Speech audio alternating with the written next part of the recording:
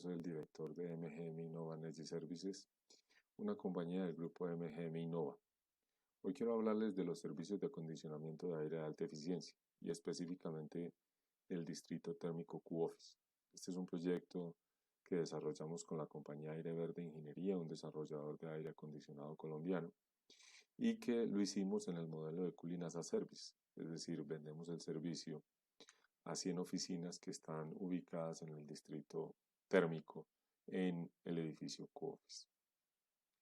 El grupo MGM Innova está compuesto por tres compañías. MGM Innova Consulting, que es una compañía que se dedica a prestar servicios de consultoría en sostenibilidad y cambio climático.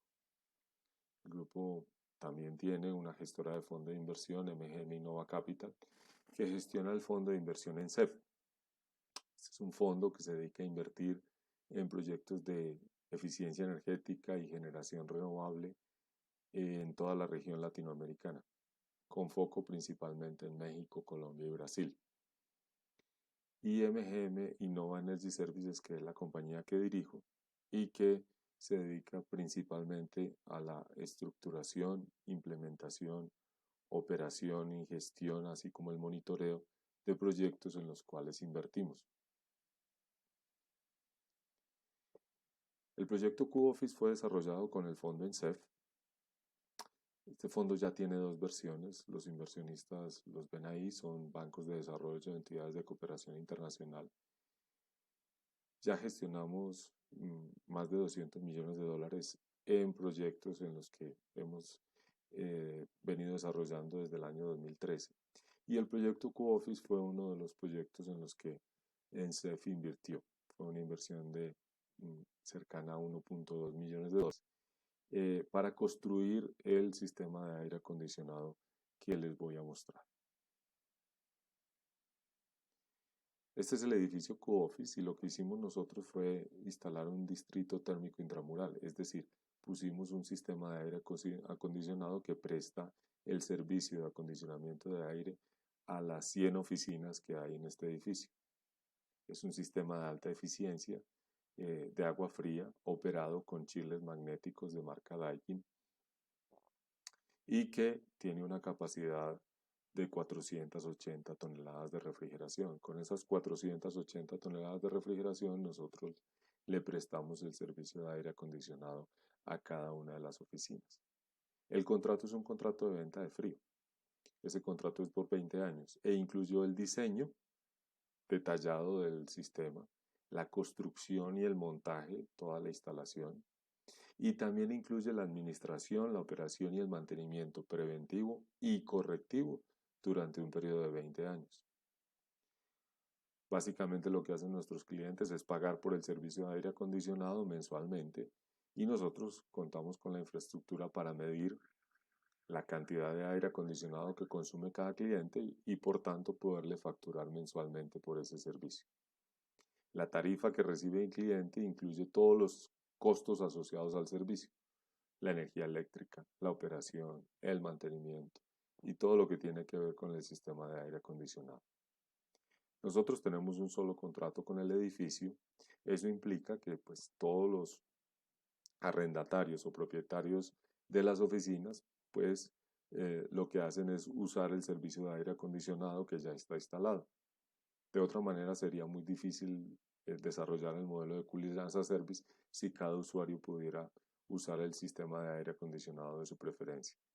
Entonces, básicamente todo usuario que llega al edificio debe usar nuestro sistema. No hay un consumo mínimo, pero sí tiene que usar el sistema que tiene el edificio ya instalado con el proyecto del distrito térmico.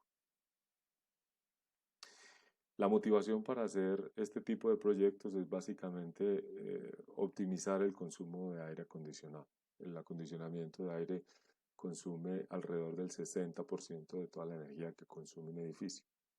Normalmente eso se hace con equipos que no son de alta eficiencia, que consumen alrededor de 1.3 a 1.5 kilovatios hora por cada tonelada de refrigeración que se entrega. Nosotros con el distrito térmico lo que hacemos es una solución con una eficiencia que puede estar entre 0.6 y 0.7 kilovatios hora por tonelada de refrigeración. Eso significa que nosotros podemos llegar a ahorrar entre el 40 y el 60% de la energía que consume un aire acondicionado tradicional instalados en otros edificios.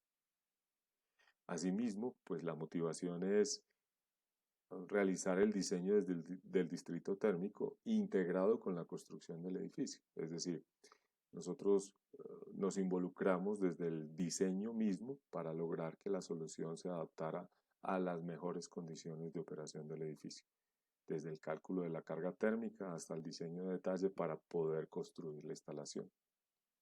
Y adicionalmente, para los constructores, esto es un modelo de cero inversión. El constructor no tiene que invertir nada, lo invertimos todo nosotros a través de nuestro fondo ENCEF, y el proyecto pues se realiza con un cero sobrecosto para el propietario del edificio.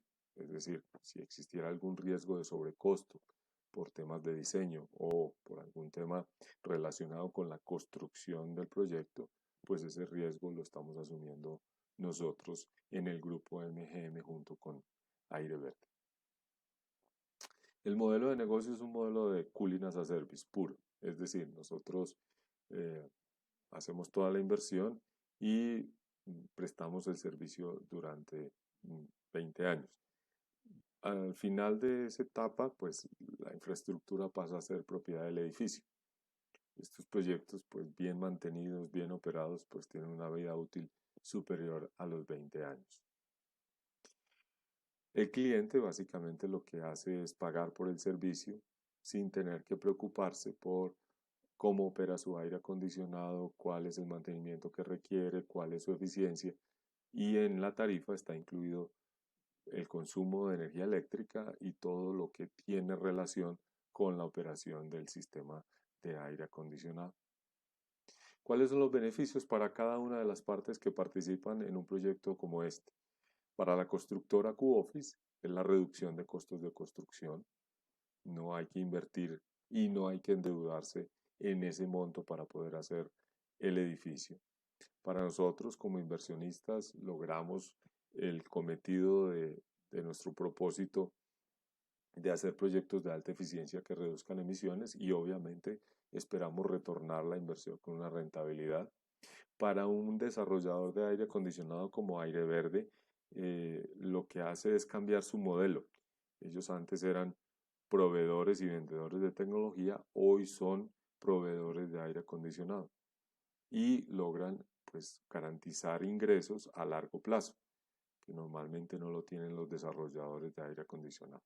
Y para los clientes finales, pues obviamente reducir sus costos operativos durante todo el ciclo de vida útil del edificio, un menor precio por metro cuadrado porque la constructora no tuvo que invertir en el proyecto esa componente del aire acondicionado y el cliente pues no tiene que preocuparse por temas relacionados con el mantenimiento y la operación de aire acondicionado, sino que básicamente se dedica a lo que tiene que ver con su negocio.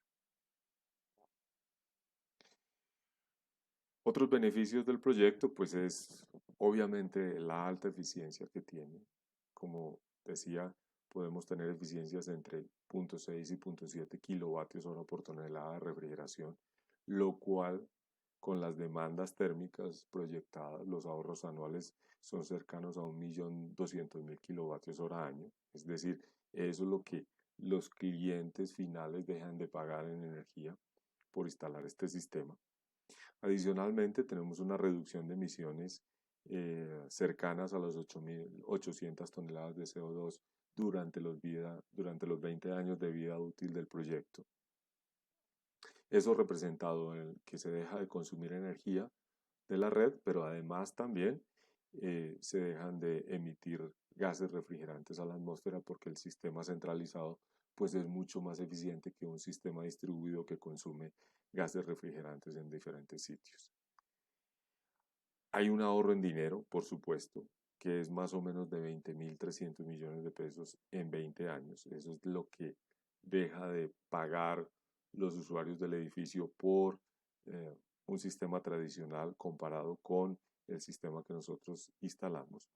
Pero además generamos empleo 40 empleos durante la construcción, que tardó aproximadamente 2 años, y 7 empleos durante la operación, porque tenemos una persona permanente operando el sistema, pero también necesitamos personas que le hagan mantenimiento. Entonces, generamos empleo a largo plazo. Es muy importante para el país como beneficio que los sistemas de aire acondicionado tengan una alta eficiencia. Se calcula en un estudio que hicimos para la NAMA de aire acondicionado del Ministerio de Ambiente que el 8% de toda la electricidad del país se consume en ese servicio. Si las cosas continúan como van, es decir, si no hacemos nada para mejorar las condiciones en que prestamos el servicio de aire acondicionado, la tendencia es a llegar hasta un 17% del consumo en el año 2030. Es decir, los sistemas de aire acondicionado consumirán casi una quinta parte de toda la energía del país, sin contar con que esos sistemas de aire acondicionado pues necesitan mantenimiento y por tanto recarga de refrigerantes que aumentan las emisiones de gases de efecto invernadero. Esperamos que este modelo, o pensamos que este modelo tiene una alta replicabilidad, no solo en el país, sino en toda la región latinoamericana, porque permite pues evitar que cada empresa resuelva de manera individual su requerimiento de aire acondicionado, prestándole soluciones más eficientes. Adicionalmente, pues evitamos el ingreso al país de sistemas pequeños de aire acondicionado. Se estima que en el 2017 entraron más o menos 900.000 toneladas de refrigeración en equipos al país, esa capacidad en equipos, y se proyecta que para el 2030 esa cantidad de equipos se va a duplicar. Entonces, si hacemos sistemas más eficientes, pues vamos a evitar la entrada de una buena cantidad de equipos de aire acondicionado de baja eficiencia. Alrededor del 90% de esos equipos que entran al país son equipos mini split, y la mayoría de ellos son equipos de baja eficiencia porque normalmente son equipos de bajo costo. El sector terciario en Colombia consume aproximadamente el 63% de la energía. Si de ese 63% el aire acondicionado es el 60%, estamos hablando que el sector terciario consume aproximadamente el 35% de toda la energía del país para el aire acondicionado. Por eso es que optimizar estos sistemas y prestar los servicios de distritos térmicos y el Cooling as a Service tiene tantos beneficios. Adicionalmente, pues es un negocio que elimina la inversión inicial para el cliente y eso le permite o endeudarse menos o concentrarse en su negocio. En Colombia hay muchos edificios que están llegando al final de su vida útil y necesitan un retrofit. Este es un buen modelo para ese tipo de edificios, es decir, los clientes que tienen hoy que cambiar su aire acondicionado, modernizar su aire acondicionado, pues no tendrían que invertir para poder tener un sistema nuevo de alta eficiencia, pero pagando por el servicio. Eso resuelve un montón de problemas que tienen los propietarios de los sistemas de los edificios para resolver la renovación de sus sistemas de aire acondicionado. Y lo otro es que un proyecto como este pues, nos permitió superar una curva de aprendizaje en los 3 componentes que son necesarios para el desarrollo de este tipo de proyectos. Pues el componente financiero, estructurar proyectos de Cooling as a Service desde el punto de vista financiero requiere innovación. Desde el punto de vista técnico hay que agregar cosas que normalmente los sistemas de aire acondicionado no tienen, una medición detallada, facturación. Y desde el punto de vista legal hay que estructurar los contratos. Esa curva de aprendizaje la hicimos, nos ha generado, digamos, un conocimiento muy importante que esperamos replicar no solo en Colombia, sino en toda la región. Finalmente ahí encuentran todos nuestros datos de contacto desde el grupo MGM, pero también desde Aire Verde. Esperamos que este pequeño video les abra el interés, les explique mejor cómo funciona el modelo de Cooling as a Service y que si tienen alguna duda pues nos escriban o nos contacten para ver si juntos podemos desarrollar proyectos o si tienen proyectos para contarles un poco más de nuestra experiencia y que ustedes puedan optimizar mejor el desarrollo de sus proyectos de aire acondicionado. Muchas gracias para todos.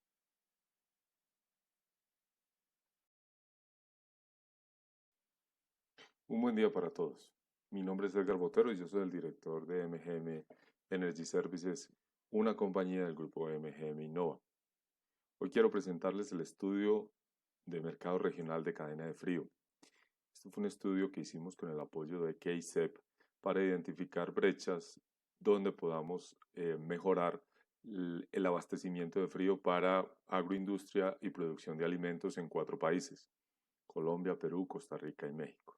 Este estudio lo hicimos con el apoyo de MB Ingeniería, que es una compañía especializada en el desarrollo de proyectos de frío en Latinoamérica. Lo que queremos identificar es oportunidades para desarrollar nuevas infraestructuras que puedan ser más eficientes que las actuales y que puedan prestar un mejor servicio a un sector que está en permanente crecimiento en Latinoamérica. El estudio lo iniciamos haciendo un análisis del mercado que nos permite ver cómo se comportan ciertos sectores dentro de esos 4 países. Nos enfocamos en 2 sectores fundamentalmente: frutas de exportación y proteína para consumo interno: carne, pollo, pescado, carne de res y cerdo. Esos fueron los 4 elementos. O sea, hicimos una mezcla de productos que hoy se están exportando y necesitan refrigeración, pero también productos que se consumen en los países y que está creciendo el consumo y que necesitan sistemas de refrigeración. Entonces, lo que van a ver a continuación es el análisis macroeconómico de las cifras de esos 2 sectores.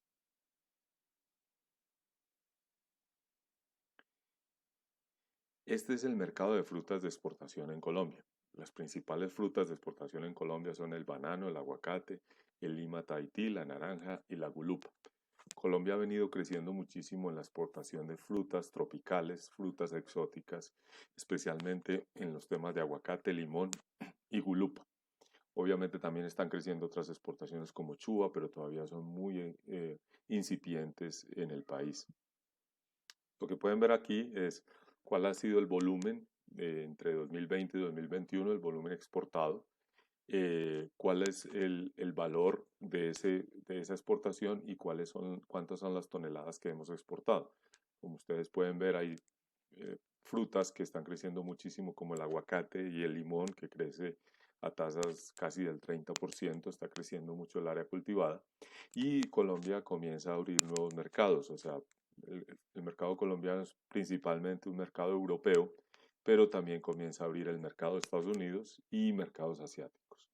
Las exportaciones de frutas en el 2021 sumaron 385 millones de dólares y el volumen exportado fueron 309.000 toneladas. Esto no incluye café y no incluye flores, por supuesto, solamente frutas que necesitan un proceso de refrigeración para poder llegar a estos mercados en buenas condiciones. Otros sectores en Colombia que también son usuarios de la refrigeración es el sector floricultura, que es muy importante en el país. Las exportaciones en el 2020 fueron más de 1.400 millones de dólares y se exportaron más de 235.000 toneladas de flores, principalmente a Estados Unidos.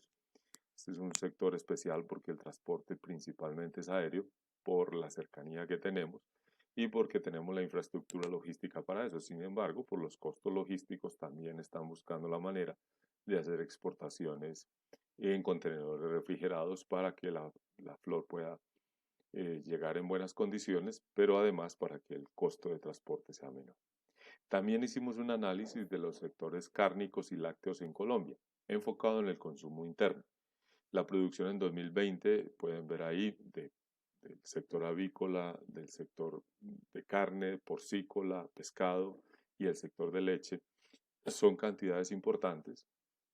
Colombia es un país que tiene una gran producción láctea, aproximadamente el 72% de la producción es lácteos, poca producción de pescado, un sector avícola importante por el consumo de pollo, un sector bovino que está creciendo y un sector porcino relativamente pequeño, 5% apenas.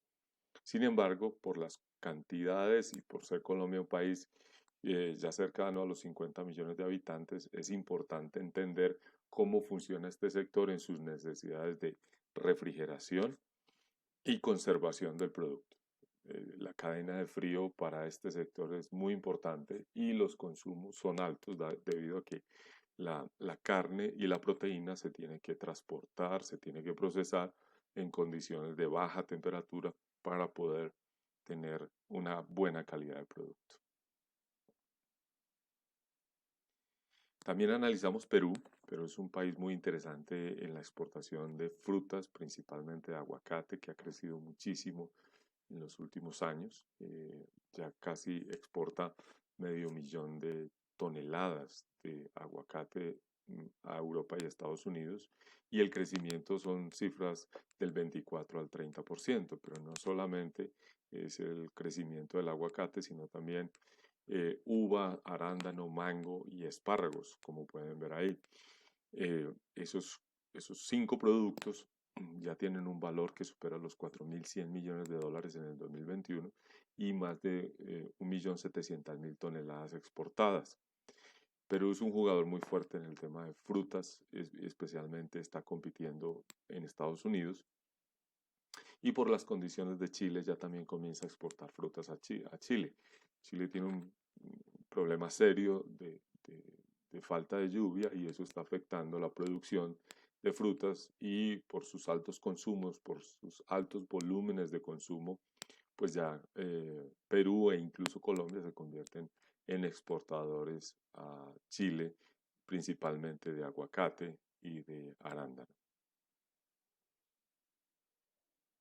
Los otros sectores en Perú, la exportación de flores es mucho más pequeño. Eh, Se exportan un poco más de 7 millones de dólares y apenas 1.000 toneladas, pero en el consumo interno, en el tema de pescado, la producción es muy alta comparada con Colombia, y la producción avícola y láctea también es muy importante. Entonces, el sector de la pesca en Perú aparece como un sector muy interesante para el desarrollo de infraestructura de frío de alta eficiencia. También analizamos Costa Rica. Costa Rica es un país que ha venido creciendo en sus exportaciones, principalmente de piña y banano, pero también está exportando melón, sandía y mango. En piña tiene un crecimiento muy interesante, ya exporta más de 2 millones de toneladas, y participa casi con la mitad de la exportación de todo el sector.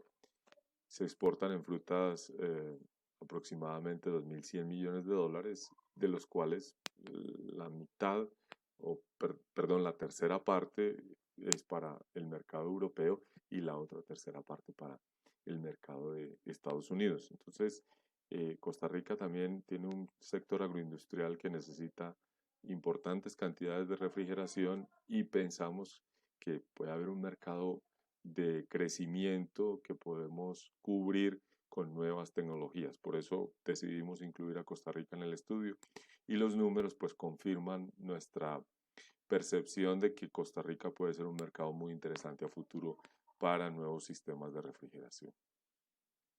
Otros sectores en Costa Rica, el sector de floricultura, pues no es muy grande, aunque exporta 4.000 toneladas, 4.800, y vendieron en el año 2020 24 millones de dólares, y la producción interna pues es bastante menor comparado con los otros países, pero pues por sus condiciones, por ser un país relativamente pequeño, entonces pues el consumo interno es importante, el consumo de lácteos, pero los otros sectores de proteína animal es relativamente pequeño. México es un país muy grande en exportación de frutas comparado con los otros tres que estamos incluyendo en el informe. México exporta casi 9.000 millones de dólares en frutas. El principal exportación es aguacate, con casi la mitad de esas exportaciones, 2.300.000 toneladas. Pero también exporta berries, pimientos, limón y mango, que ha venido creciendo en los últimos años. El mercado de México por naturaleza es el mercado de Estados Unidos, el 91% de las exportaciones van a Estados Unidos, pero últimamente está diversificando, enviando fruta a Asia, principalmente a Japón y a China. Pero pues obviamente es un mercado potencial enorme comparado con los otros países de la región que sin duda necesita una infraestructura de frío muchísimo más importante. El sector de floricultura no es muy grande en México, apenas 35 millones de dólares con exportaciones de 24.000 toneladas, pero los otros sectores obviamente sí son muy grandes. En exportaciones en consumo o producción de proteína animal, es un gran productor de cerdo, también es un gran productor de carne de pollo y obviamente es un productor enorme de lácteos. Entonces, el consumo interno de México por sus condiciones, por el número de habitantes del país, por la demanda, por el crecimiento económico, pues el consumo de proteína animal y de lácteos está creciendo a tasas muy importantes en los últimos años. Hasta ahí el análisis de lo macroeconómico. Eso lo que nos permite es entender las cifras de cómo se comportan estos sectores, cómo han venido creciendo, cuáles son las necesidades y dónde están las oportunidades. Luego pasamos a hacer un estado de la cadena de frío con base, digamos, en la información que recogimos, tanto de producción como de capacidades de frío actuales y futuras que se necesitan para determinar dónde están los faltantes de infraestructura que nosotros podemos suplir con nuevos modelos de negocio como el renting de tecnología o la venta del servicio o otros tipos de negocio que se pueden desarrollar en el futuro para abastecer todas estas cadenas logísticas. La metodología lo que busca es identificar la capacidad de producción por año de producción de productos refrigerados, el área instalada por cada uno de esos sectores, la capacidad térmica instalada discriminada por tipo de refrigerante, cuánto refrigerante más o menos están consumiendo cada año y cuánto es el consumo de energía de esas cadenas de frío. Eso lo que nos permite a nosotros es entender qué tan grande es el sector, qué tan impactante es ambientalmente y cómo nosotros podemos mejorar desde el punto de vista de un fondo de inversión y de un desarrollador de proyectos como somos en el grupo MGM, cómo podemos impactar esa cadena para mejorarla. También medimos el impacto ambiental como CO2 emitido indirectamente por el consumo de energía eléctrica en cada uno de los países, teniendo en cuenta su factor de emisión, y el CO2 emitido directamente por el consumo de refrigerante. Obviamente, estas instalaciones todas tienen alguna fuga de refrigerante y ese refrigerante se tiene que reponer. Entonces, lo que vemos es cuánto refrigerante más o menos se escapa en estas plantas y cuánto significa eso en emisiones de gases de efecto invernadero. Y finalmente, pues determinamos unos indicadores de impacto ambiental, consumo de energía, CO2 emitido directo e indirecto y el potencial de agotamiento de la capa de ozono, porque pues hay refrigerantes todavía antiguos que tienen algún efecto de ODP sobre la capa de ozono. Sin embargo, pues el movimiento de estas cadenas es a uso de refrigerantes ecológicos como amoníaco o CO2, dependiendo del tipo de aplicación. Estos son los resultados del informe final consolidados por cada uno de los países. Como pueden ver ahí, en Colombia la capacidad instalada son más o menos unas 36.000 toneladas de refrigeración y el consumo de energía son 327 millones de kilovatios hora mes y una área instalada de un poco más de 750.000 metros cuadrados. La eficiencia promedio que tienen los sistemas de refrigeración en Colombia es aproximadamente el 3.4, lo cual no es malo, pero se podría mejorar en los siguientes años. implementando sistemas más eficientes basados en refrigerantes ecológicos. ¿Cuál es el desbalance de carga térmica? Es decir, ¿cuál es la cantidad de carga térmica que está faltando? Se calcula que faltan aproximadamente 8.000 toneladas de refrigeración. Hay sectores que están cubiertos, pero hay otros que les falta. Y con un índice de inversión estimamos que eso puede significar aproximadamente inversiones por 25 millones de dólares en los próximos años. Obviamente estos sectores siguen creciendo, esto es el desbalance actual, no estamos haciendo una proyección de cuánto puede ser el desbalance futuro, pero este es el desbalance actual y es la oportunidad para invertir en los próximos años en el sector de refrigeración. Revisando un poco el impacto ambiental, entonces genera unas emisiones este sector de 248.000 toneladas indirectamente y otras 215.000 por el uso de energía eléctrica. Eso hace que pues, sea un sector muy interesante para trabajar en eficiencia energética y en sustituir refrigerantes. Y finalmente, pues lo que estamos viendo es que la mayor capacidad instalada está puesta hoy en amoníaco, pero también hay refrigerantes sintéticos de tercera generación y ya comienzan a entrar los refrigerantes sintéticos de cuarta generación. Los hidrocarburos es pequeño, una fracción muy pequeña, pero el refrigerante que más se está usando en este momento es el amoníaco.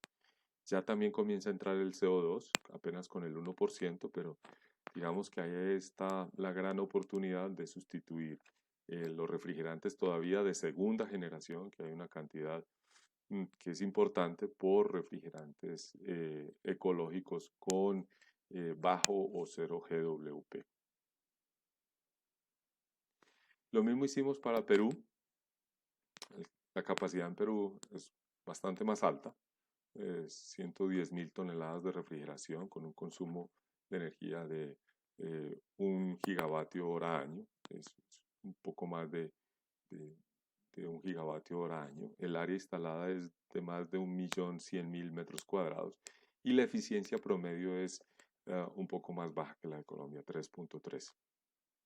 El faltante de refrigeración son más o menos el 17% de la capacidad. Eso es lo que habría que adicionar para cubrir las necesidades actuales. La capacidad térmica faltante la calculamos en 23.400 toneladas de refrigeración y la posibilidad de inversión es del orden de 75 millones de dólares. Las emisiones por CO2 por el uso de refrigerantes son 763 toneladas de CO2 por año y las emisiones de uso de energía o generadas por el uso de energía son de 676 toneladas por año. El mayor uso de refrigerantes en Perú es el amoníaco, seguidos por refrigerantes sintéticos ya de tercera generación y también está comenzando a entrar el CO2 como refrigerante. Entonces, pues aunque Perú ya tiene una parte importante de todos sus sistemas de refrigeración con amoníaco, pues todavía hay una cantidad de refrigerantes sintéticos que se podrían sustituir. Además, el crecimiento de esas 23.400 toneladas adicionales que se requieren para cubrir la necesidad actual, pues permitirían hacer eso con refrigerantes de bajo GWP y con sistemas de mayor eficiencia.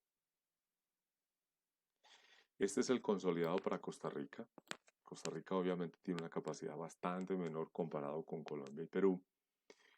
Sin embargo, es muy interesante que todavía necesitan alrededor de 7.400 toneladas de refrigeración adicionales que requerirán inversiones cercanas a los 24 millones de dólares. Hay que decir que estas inversiones están calculadas sobre índices de costo de infraestructura. Pueden ser más porque se requieran otro tipo de inversiones en obras civiles o otro tipo de adecuaciones para poder contar con esta infraestructura, pero pensamos que estos valores están bastante aproximados a la realidad. El área instalada hoy en refrigeración en Costa Rica son más o menos 385.000 metros cuadrados y la eficiencia es de 3.6, o sea, hay una eficiencia alta, teniendo en cuenta que el 85% de la capacidad que hay instalada es amoníaco. Hay una capacidad instalada ya en refrigerantes sintéticos de tercera generación, de segunda hay un porcentaje pues, relativamente bajo, pero todavía hay, y ya comienza a entrar otros refrigerantes de cuarta generación o el CO2 a suplir parte de las necesidades. Es muy pequeño todavía el uso del CO2, pero pensamos que hay una oportunidad importante para desarrollar en el futuro. Y finalmente está el informe consolidado de México. México es un país enorme en términos de capacidad instalada de refrigeración, 126.000 toneladas de refrigeración, con un área de 2 millones de metros cuadrados y con una eficiencia de 3.38 kilovatios por kilovatio de energía térmica por kilovatio eléctrico. Entonces, la capacidad que tiene México es enorme, sin embargo, todavía sigue faltando aproximadamente un 13% de cubrimiento en esas capacidades. Tendríamos que adicionar un 13% más para cumplir con las necesidades de frío. Y eso significa una capacidad faltante del orden de 19.400 toneladas de refrigeración con una inversión de 62 millones de dólares aproximadamente. El sector obviamente que tiene más capacidad de refrigeración es lácteo, seguido por cárnicos y frutas, que son pues, los que tienen más importancia. El refrigerante que más se usa en México es el amoníaco, seguido por los refrigerantes sintéticos de cuarta generación y ya comienza a haber algunas experiencias con CO2. El crecimiento del sector de producción de proteína más la producción de frutas en México obviamente va a requerir importantes necesidades de refrigeración en los próximos años y ahí es donde queremos enfocarnos, cómo suplir esas necesidades de refrigeración. Toda esta información está puesta en una herramienta de Power BI que pueden consultar, donde se encuentra la información por cada uno de los países, por cada uno de los sectores y en la que pueden identificar brechas por cada uno de los sectores de producción de proteína, de fruta, y ustedes pueden seleccionar qué valores quieren ver. Estos son los resultados generales, pero pueden ver eso en mucho más detalle en esta herramienta de Power BI que está disponible y que les podemos dar acceso. Este es el informe. Queremos agradecer a KIC por el apoyo para realizar este informe. También queremos agradecer a MB Ingeniería que nos apoyó para desarrollar toda esta información. Pensamos que son cifras muy útiles para el futuro del sector y que seguramente van a ayudar a que las inversiones que hagamos en los próximos años estén enfocadas a mejorar la eficiencia, a reducir emisiones y a darle el acceso a estas infraestructuras a empresas medianas, pequeñas o incluso grandes que quieran entrar en nuevos modelos como el renting de tecnología o el pago de servicios. Muchas gracias a todos.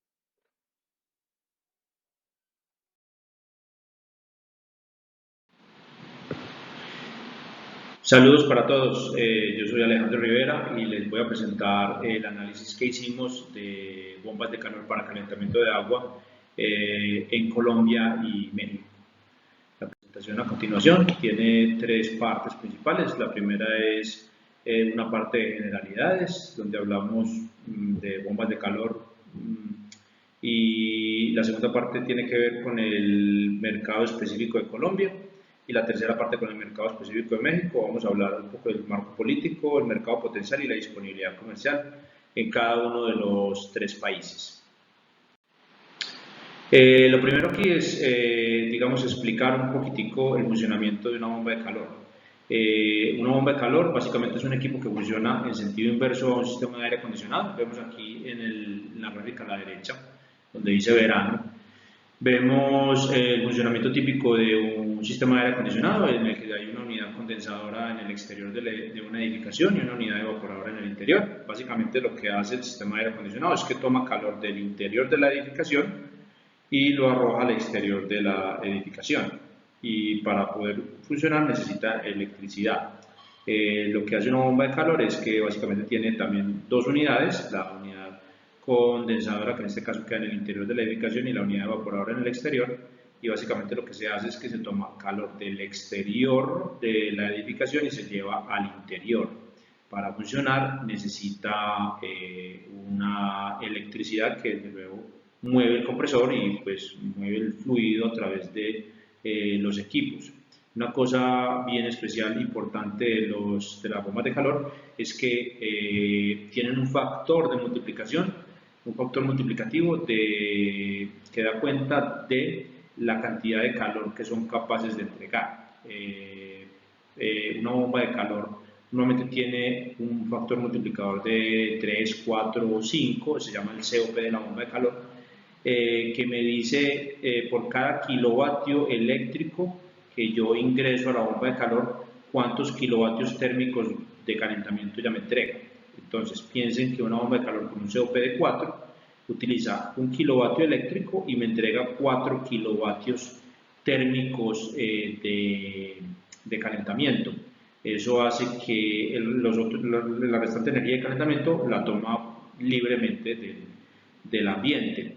Eso es una gran virtud de la bomba de calor, pues logramos con ellas obtener una eficiencia energética muy alta. A veces hablamos en este caso de que una bomba de calor tiene una eficiencia del 300 o 400%. Las bombas de calor que vemos en la figura básicamente son bombas de calor para climatización. Las bombas de calor objeto de este estudio son bombas de calor para calentamiento de agua, es decir, el objeto no es calentar el interior de una edificación, sino calentar una corriente de agua que se vaya a usar en alguna, puede ser en una edificación o en un proceso industrial o comercial. ¿Por qué son importantes las bombas de calor? Resulta que más de la mitad de la energía primaria en el mundo se usa con el propósito de calentar. ¿De calentar qué? De calentar algo en edificaciones, en el sector residencial y comercial. Básicamente el sector residencial y comercial, el calentamiento de las edificaciones se da para calentar agua, para hacer climatización de la edificación o para hacer cocción o labores de secado o cosas por el estilo. Aunque aquí desde luego también tenemos calentamiento en el sector industrial que ocupa una porción bien grande de este 52%. Una cosa importante es que el calentamiento como uso de la energía primaria a veces pasa desapercibido, es decir, se tiene más visibilidad otros usos de energía primaria como son el transporte, la movilidad o la electricidad.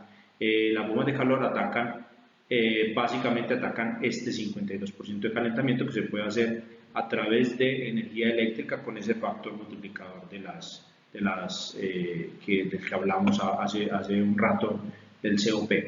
Las bombas de calor tienen un papel bien importante en la reducción de emisiones a nivel global. Una cifra, las edificaciones generan el 37% de las emisiones globales.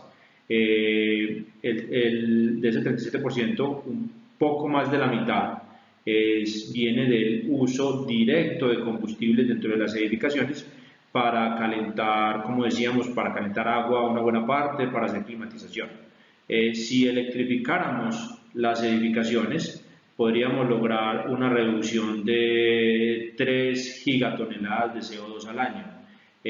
La electrificación de las edificaciones, es decir, dejar de usar combustibles directamente en edificaciones, sino más bien calentar con tecnologías eléctricas, una de las cuales es la bomba de calor, la principal de ellas, la cual es la bomba de calor, podríamos lograr una buena porción de esta reducción de emisiones. En particular, el porcentaje de ahorro de emisiones de fruto de la instalación de una bomba de calor viene dada por dos variables principales. La primera es el factor de emisiones de la red eléctrica. Desde luego, si yo tengo una red eléctrica muy limpia, con un factor de emisiones de 0, por ejemplo, una una red eléctrica completamente renovable, que venga de fuentes renovables, puede lograr hasta el 100% de la reducción de emisiones, de sustituir el calentamiento. Si tengo un factor de emisiones entre 0.3 y 0.4, como el que habitualmente se tiene en Colombia, vemos que, por ejemplo, la reducción de emisiones puede estar entre el 30% y el 70%, depende del COP que tenga la bomba de calor. Este COP pues es función de las temperaturas que se tengan para aplicaciones de calentamiento de agua como las que tenemos, en calentamiento de agua a temperaturas de 80 grados, 85 grados. Normalmente tenemos COPs por los lados de 2,5, 2,5. Para calentamiento de agua, por ejemplo en piscinas, en el que las temperaturas son mucho más bajas, los COPs pueden llegar a ser tan altos como 5. Por eso ese rango que se muestra aquí en esta gráfica. En México, por ejemplo, tenemos factores de emisión de la red eléctrica superiores a 0.5. Desde luego, como esa red eléctrica es un poquitico más, procede más de combustibles fósiles, los porcentajes de ahorro de emisiones que se pueden lograr son un poco menores, pero también son significativos. La viabilidad económica, un asunto bien importante para la instalación de las bombas de calor, viene dada por 4 variables principales. La primera es el costo de la energía que se tenga. La segunda es la relación de precios entre la energía eléctrica y la energía térmica. La tercera es el factor de uso que se le dé a la bomba de calor que se va a instalar. Y la cuarta es el costo de inversión unitario de una bomba de calor. Vemos aquí, para hacer un ejemplo, que por ejemplo, si el costo de la energía eléctrica en un determinado lugar es $0.15 por kilovatio hora y yo tengo una relación de precios entre la energía eléctrica y la energía térmica, es decir, la energía eléctrica por unidad de energía es el doble de costosa que la energía térmica, entonces veo que puedo tener un beneficio, un ahorro máximo por la instalación de una bomba de calor, alrededor de $400 al año por cada kilovatio térmico de esa bomba de calor. Si me vengo con ese número de 400, de un ahorro de $400 al año para la gráfica a la derecha, puedo observar que, por ejemplo, asumiendo un factor de uso del 100%, lo cual es un poco irreal, pero significa que estoy usando la bomba de calor el 100% del tiempo, puedo ver que tengo retornos de inversión que van entre menos de un año y alrededor de 4 años, dependiendo del costo unitario de inversión.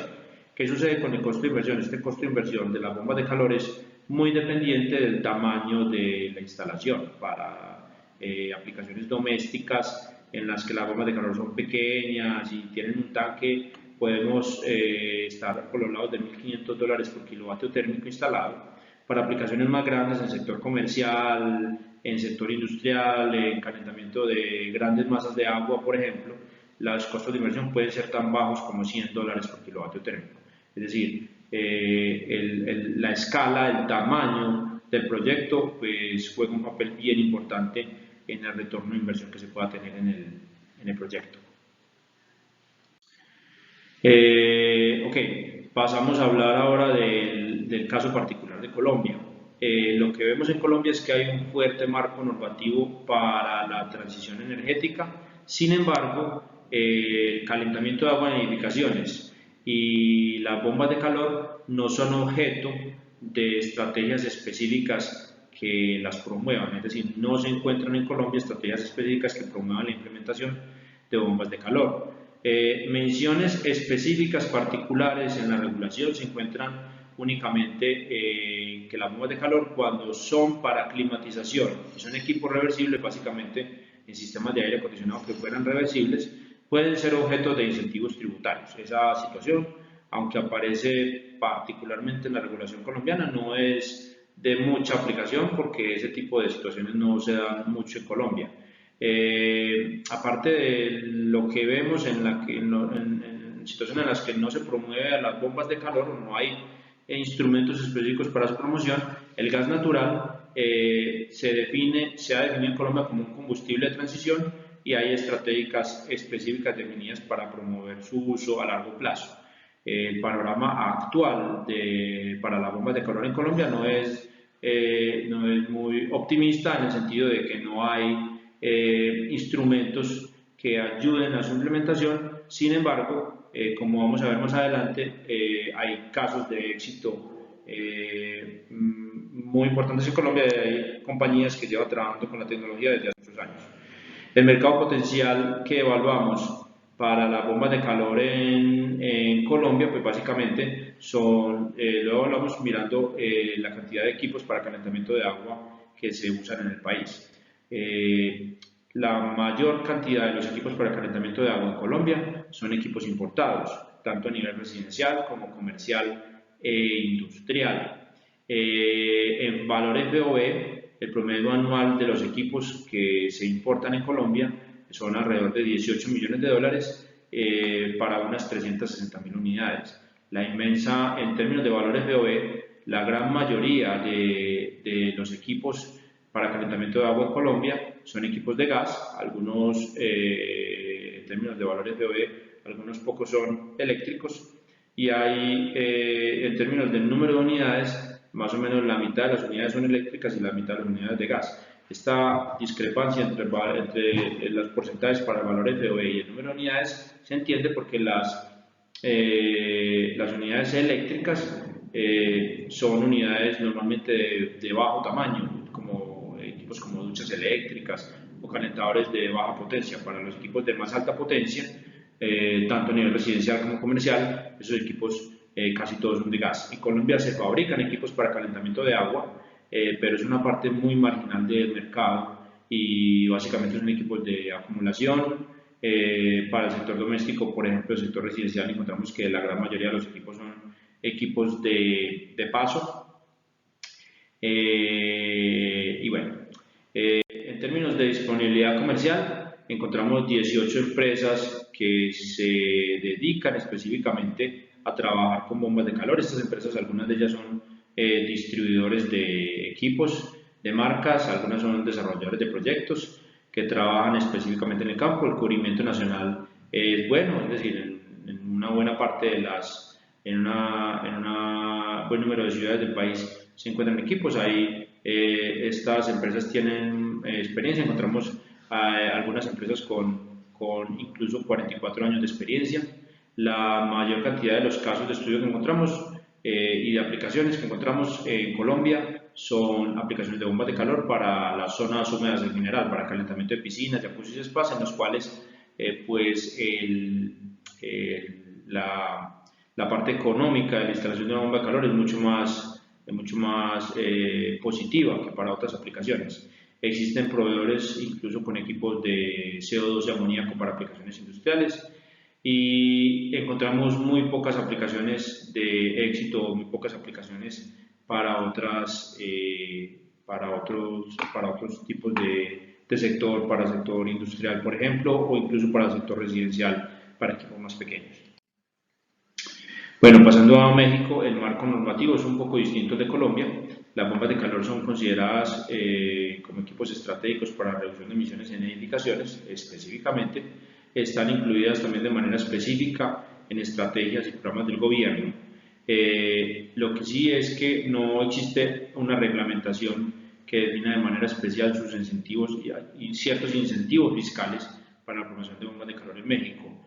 Esto contrasta con lo que encontramos en otros países, en países europeos, en Estados Unidos y en China, en el que hay incentivos fiscales y instrumentos específicos dirigidos a las bombas de calor. De esperar que en el futuro pues esto lo logremos tener en estos países también. Aparte de eso, las bombas de calor pueden verse beneficiadas por otras disposiciones para equipos energéticamente eficientes, a los que también se pueden aplicar. En términos del mercado potencial, el mercado potencial es desde luego mayor que el mercado colombiano. También lo evaluamos a través de los equipos para calentamiento de agua que se utilizan en el país. Hay fabricación de equipos para calentamiento de agua en muy buenas cantidades en México, pero buena parte de esos equipos son para exportar a Estados Unidos. En el último año encontramos un mercado potencial de 254 millones de dólares con un número total de 12 millones de unidades. El panorama es más o menos similar al de Colombia, en el cual para los equipos grandes, la mayor cantidad de los equipos grandes son de gas y hay una gran cantidad de equipos de pequeño tamaño que son eléctricos. En términos de disponibilidad comercial, encontramos 17 empresas a nivel nacional con un buen cubrimiento, con una muy buena experiencia. A diferencia de Colombia, las aplicaciones que encontramos, los casos de éxito son un poquitico más diversos. Desde luego, la aplicación de calentamiento de piscinas también es una aplicación muy típica en México, pero también encontramos aplicaciones como, por ejemplo, aplicaciones de climatización con equipo reversible, los cuales no son objeto de este estudio, pero se encontraron aplicaciones duales de climatización con calentamiento de agua. También se encontraron casos de éxito y aplicaciones en sector residencial, comercial, industrial y en el sector agropecuario. Bueno, eso es todo. Muchas gracias. Nos vemos.